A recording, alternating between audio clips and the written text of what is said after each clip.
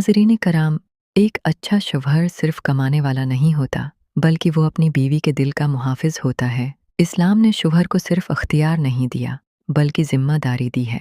हिस्सा एन शौहर बीवी से कैसे बात करे। शौहर की सबसे बड़ी ताकत उसकी ज़बान है। बीवी से बात करते वक्त नर्म लहजा अख्तियार करे, तंज और तज़हीक से बचे। सबके सामने इज्जत देशकायत हो तो तन्हाई में करे। याद रखें, एक सख्त जमला दिल को ज़ख्मी कर देता है और एक नर्म लफ्ज़ ज़िंदगी भर का सुकून दे सकता है। कुरान हमें सिखाता है कि आपस में भलाई और हुस्न सलूक से पेश आओ। हिस्सा 2, गुस्सा आए तो क्या करे। गुस्सा हर इंसान को आता है, लेकिन असल बहादुरी गुस्से को काबू करना है। अगर शौहर को गुस्सा आए तो फ़ौरन खामोश हो जाए, वज़ू कर ले, जगह बदल ले, सी वक्त फैसला न करे। तलाक की धमकी देना मर्दांगी नहीं, सब्र करना असल ताकत है। जो शख्स अपने गुस्से पर काबू पाले वही सच्चा मजबूत इंसान है।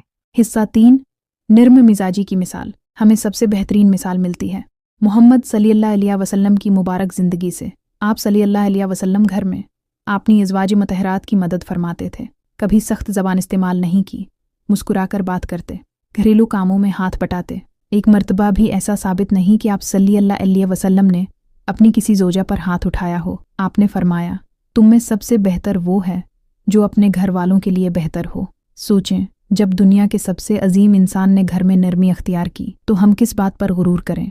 हिस्सा 4, मिसाली शौहर की असल पहचान। मिसाली शौहर वो है जो बीवी की इज्जत करे, उसकी बात सुने, उसकी गलती माफ़ करे, उसके आंसुओं की कदर करे। वो बीवी को कमज़ोर नहीं समझता बल्कि अपनी अमानत समझता है। इख्तितामी पैगाम प्यारे भाइयों, याद रखें, घर ताकत से नहीं मोहब्बत से चलता है, रौब से नहीं एहतराम से चलता है। अगर शौहर नर्म मिजाज हो जाए तो घर जन्नत का नमूना बन सकता है। अल्लाह हमें नबी करीम सल्लल्लाहु अलैहि वसल्लम की संत पर चलने वाला, नर्म दिल और ज़िम्मेदार शौहर बनाए। आमीन।